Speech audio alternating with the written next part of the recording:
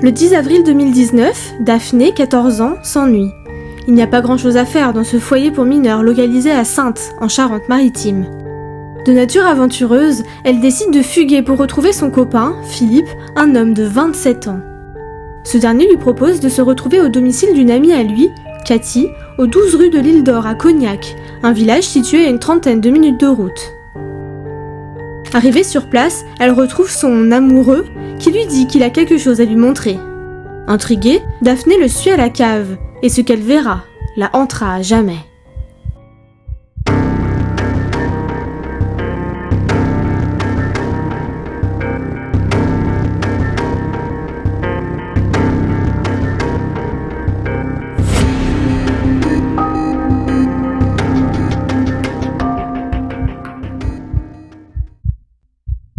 Elle tombe sur le corps d'un homme, allongé sur le dos, vêtu d'un t-shirt et d'un pantalon descendu aux genoux. Il y a du sang, partout. Épouvantée, Daphné fait demi-tour et remonte rapidement dans l'appartement. Elle n'arrive plus à parler. Un sentiment d'horreur grandit en elle. Elle a peur. Philippe, lui, ne semble pas choqué par la situation. Dans l'appartement, il y a aussi Cathy et un autre homme, David. Il lui montre l'un des couteaux ensanglantés. Ne voulant pas éveiller les soupçons, ayant peur pour sa vie, Daphné joue le jeu. Elle restera dans l'appartement 2 jours et 2 nuits, avant de pouvoir saisir la première opportunité pour s'en aller. Cette semaine-là, juste après les faits, Philippe est entendu par la police pour soustraction de mineurs, après que Daphné ait été absente de son foyer pendant 2 jours entiers, mais sans être plus inquiétée.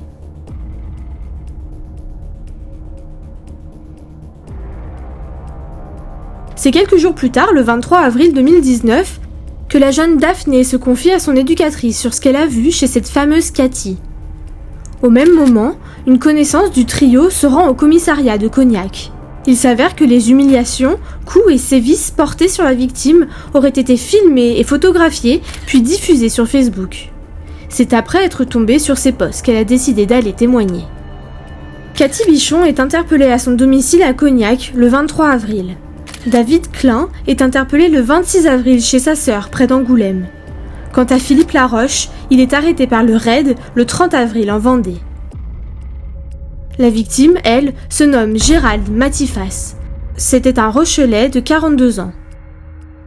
D'après les policiers qui ont effectué les auditions, Cathy n'est pas sincère. Elle semble même distante, comme si elle n'assimile pas la gravité de la situation. David, lui, est plus coopératif. Mais, détail glauque, il porte les baskets de la victime. Acculé, il finit par avouer. Il déclare que Cathy Bichon leur a confié, à lui et à Philippe, que Gérald Matifas a voulu abuser d'elle et qu'il était pédophile. À cette annonce, ils auraient pété un plomb. Il décrit des scènes d'ultra-violence et concède que le trio a joué avec la victime. Enfin, il conduit les policiers jusqu'au bois où ils ont abandonné le corps en partie calciné de Gérald.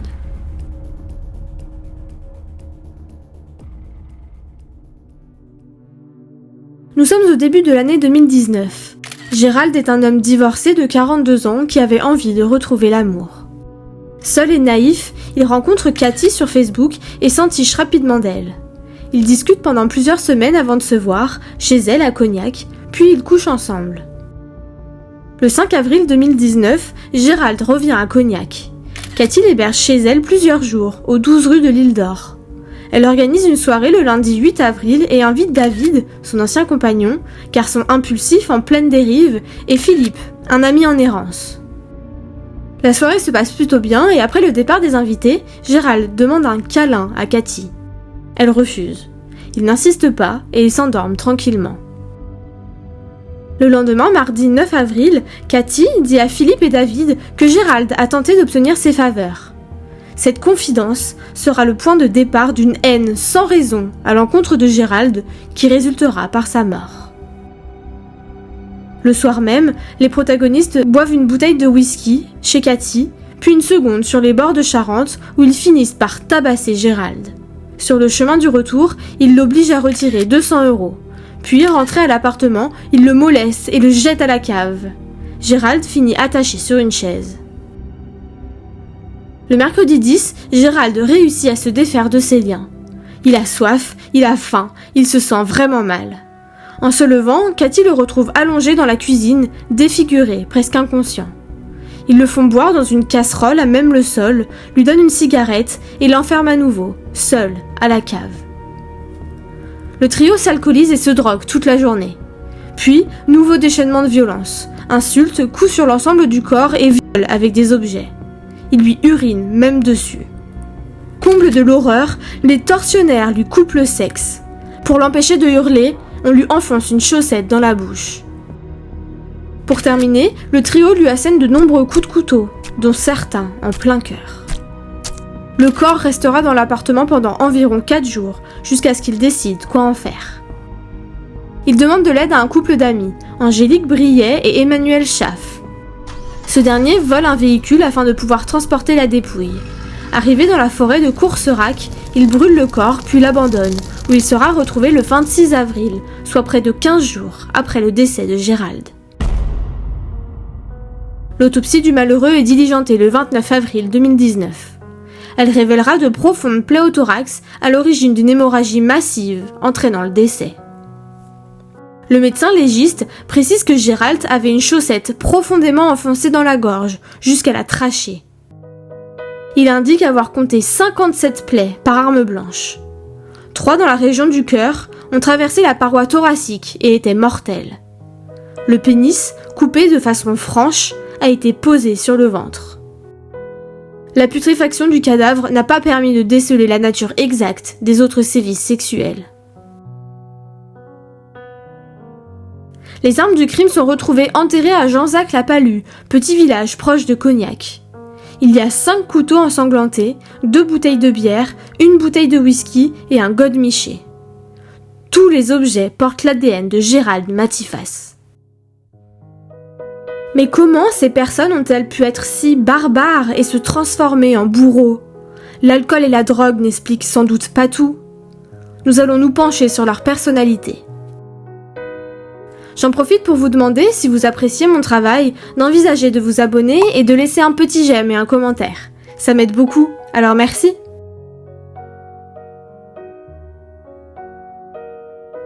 Gérald Matifas est né à La Rochelle en 1976. Il avait 42 ans. Il habitait à Cérizay, une commune située entre Angers et La Rochelle. Il est divorcé et père d'une fille de 17 ans au moment des faits, prénommée Tessa, de qui il était éloigné. Selon les sources, c'était un homme seul et dépressif. Je cite, « Cœur d'artichaut à la bonté naïve, il trouvait du réconfort chez la première femme qui lui souriait. » D'après son ancienne compagne, je cite, « Gérald était un père aimant, un homme attentionné mais trop influençable. Il était sans doute trop gentil. »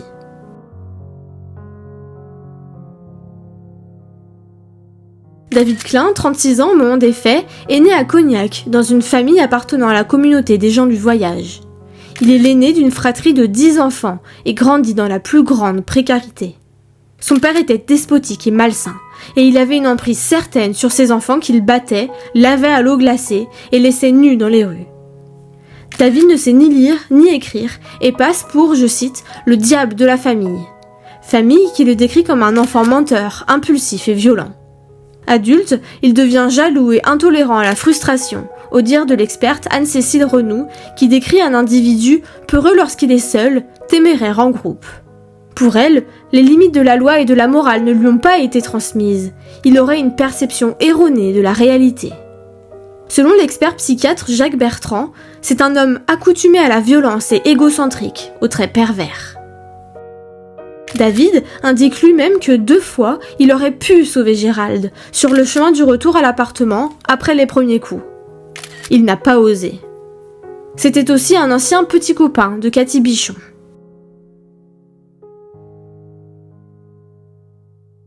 Philippe Laroche, 27 ans au moment des faits, est né à Arras, dans le Pas-de-Calais. C'est un marginal au visage émacié, grand, blond, au regard vide dont l'existence balance entre la vie et la mort, souligne Laetitia Giraud, enquêtrice de personnalité. Sa mère maltraitante ne l'a jamais aimé. Il a goûté au Valium nourrisson, fumé du cannabis dès l'école primaire et consommé de l'héroïne et de la cocaïne dès 14 ans. D'après le psychiatre, c'est un homme qui a la conduite d'un prédateur. C'est lui qui aurait eu l'idée d'émasculer Gérald. L'expert le qualifie de borderline. Son esprit répondrait à une stratégie de rétention-explosion. Et quand ça explose fort, insiste l'expert. Ce dernier continue. Il a rencontré Cathy Bichon à l'accueil de jour de Cognac, au hasard d'une vie d'errance. En grande carence affective, il cherchait une figure maternelle chez les femmes qu'il côtoyait. Il appelait d'ailleurs Cathy Bichon maman.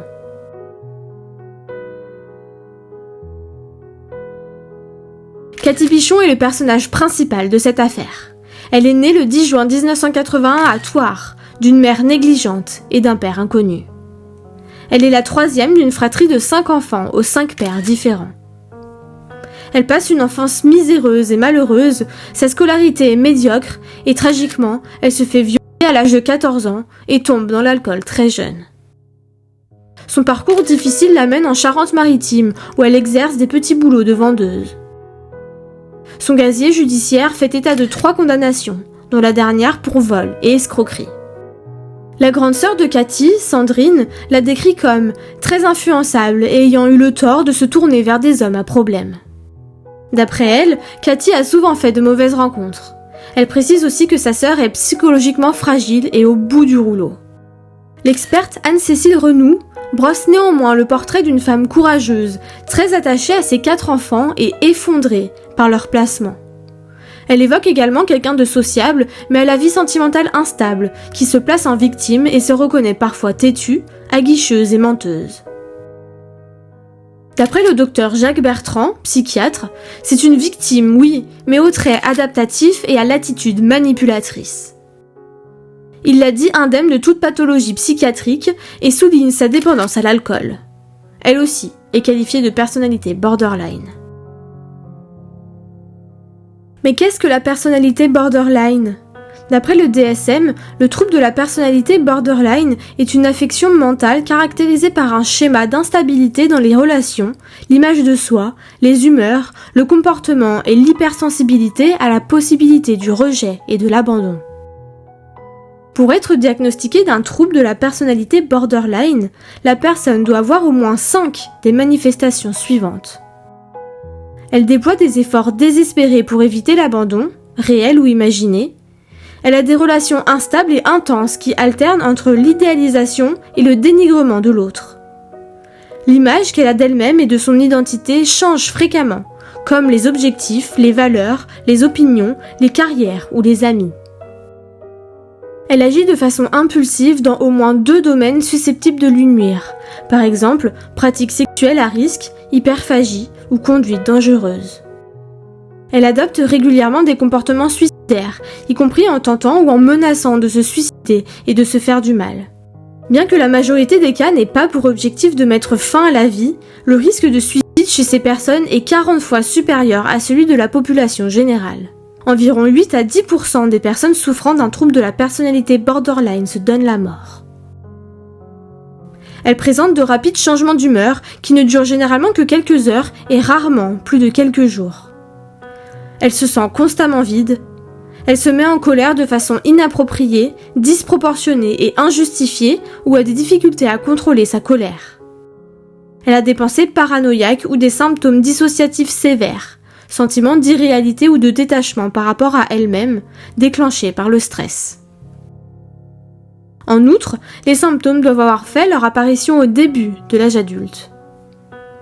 Selon le psychologue Sam Hamidi, je cite, « Cathy Bichon a pu jouer le rôle de meneuse, être à l'initiative, avoir une certaine ascendance sur ses 2 co-accusés. » À en croire Jacques Bertrand, le psychiatre, ils auraient violé, torturé et tué sous l'effet d'une paranoïa collective, grisée par l'aliénation narcissique propre à l'effet de groupe.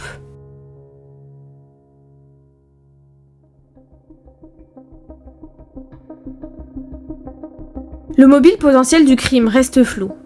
L'avocate générale, maître Ohana, privilégie, je cite, « l'hypothèse d'une funeste confidence de Cathy aux 2 hommes, leur présentant Gérald de Matifas comme un pédophile et un violeur. » D'après l'avocat de la partie civile, maître Hardy, il y aurait aussi l'argent avec cet héritage dont Gérald de Matifas parlait très facilement, sans oublier l'extorsion et ce retrait de 200 € qui colore le dossier. En tout, 5 personnes sont renvoyées devant la cour d'assises de la Charente. Cathy, David, Philippe, ainsi que Angélique et Emmanuel. Le procès se déroule du 10 au 18 octobre 2022 à Angoulême. Pour commencer, les expertises démontrent que, bien que tous souffrent de troubles psychologiques, aucun, lors des faits, ne présentait d'anomalies mentales. Ils étaient ivres et drogués, mais leur discernement n'était pas aboli. L'important serait de savoir qui a porté les coups, quand et comment. Cathy Bichon n'en démord pas. Les tortures n'ont duré qu'un soir, dans un déchaînement de violence soudain, pas durant 2 jours comme certains disent. C'est la vérité que je dois au jury et à la partie civile, clame-t-elle. Elle reconnaît 2 coups d'Opinel à la gorge et, je cite, « peut-être d'autres sous l'effet de l'alcool, je ne me souviens pas ». Philippe Laroche en assume aussi 2, sur la joue et sur la main. David Klein s'en attribue également 2, sans préciser où. Malgré tout, le président remarque que le compte n'y est pas, et en effet, on est loin des 57 plaies qu'a retrouvé le légiste. Cathy, c'est une menteuse, ajoute Philippe, qui déclare avoir eu peur de celle qu'il appelait maman et craignait la silhouette menaçante de David. La seule qui disait en boucle « Tu mérites pas de vivre » à Monsieur Matifas, c'est Madame Bichon, précise-t-il. David ne se souvient plus des détails. Il affirme que la volonté de tuer n'était pas la sienne. Mais cela ne colle pas avec l'expertise du psychiatre, qui précise d'ailleurs, je cite, « Cet homme accoutumé à la violence, égocentrique aux traits pervers, ne peut rester un témoin sidéré. Un témoin sidéré n'urine pas sur la victime. » Maître Hardy, avocat de la partie civile, dit « Ces 3 accusés ont souillé, déformé, découpé le corps d'un être vivant. Et ils ne se sont pas arrêtés là, ils l'ont brûlé. On assiste là à la négation de l'être humain. » Aucun avocat de la défense ne conteste l'insoutenable et l'abject. Aucun ne minimise l'atrocité des faits. Pour l'avocat de Philippe, Bichon, Klein et Laroche, c'est la réunion de la misère, la sauvagerie et l'inhumanité. Pour l'avocate générale, Maître Ohana, la culpabilité des 3 principaux accusés ne fait aucun doute. Elle dit, je cite, « Ils ont dépouillé et séquestré, torturé et tué Gérald Matifas, dont le corps a été montré comme un trophée de chasse à une enfant de 14 ans et qui ensuite a été brûlé et jeté. » Selon elle, le trio infernal a fait œuvre commune dans la coaction et l'intention homicide. Elle a requis la perpétuité à l'encontre de chacun. À la fin des plaidoiries, Cathy a été la première à s'exprimer. Lorsque je me regarde dans la glace, je ne me vois pas comme une femme, mais comme un monstre qui a commis un acte horrible. Je ne souhaitais pas la mort de Gérald. J'ai été co-auteur de cette monstruosité. Peut-être qu'un jour, je retrouverai la liberté. Je n'en suis pas certaine. Je resterai marquée au fer rouge par ce tourment. David dit « Je suis vraiment désolé, sincèrement. Je regrette vraiment. » Et enfin, Philippe ajoute « Je suis sincèrement désolé. C'est une chose que je regretterai toujours. » Cathy Bichon, David Klein et Philippe Laroche sont reconnus coupables du meurtre avec acte de torture et de barbarie de Gérald Matifas et écopent de la plus haute peine de l'arsenal judiciaire français, c'est-à-dire la perpétuité. Pour information, en 1994, le législateur a prévu 2 sortes de peines de perpétuité. L'incompressible, assorti d'une période de sûreté illimitée, pouvant être ramenée à 30 ans selon un processus complexe qu'on ne va pas détailler. Cette perpétuité incompressible est réservée aux crimes les plus graves, génocide, terrorisme, meurtre avec barbarie de mineurs, etc. Ce n'est pas le cas ici. La normale, assortie d'une période de sûreté automatique de 18 ans, comme le prévoit l'article 132-23 du Code pénal.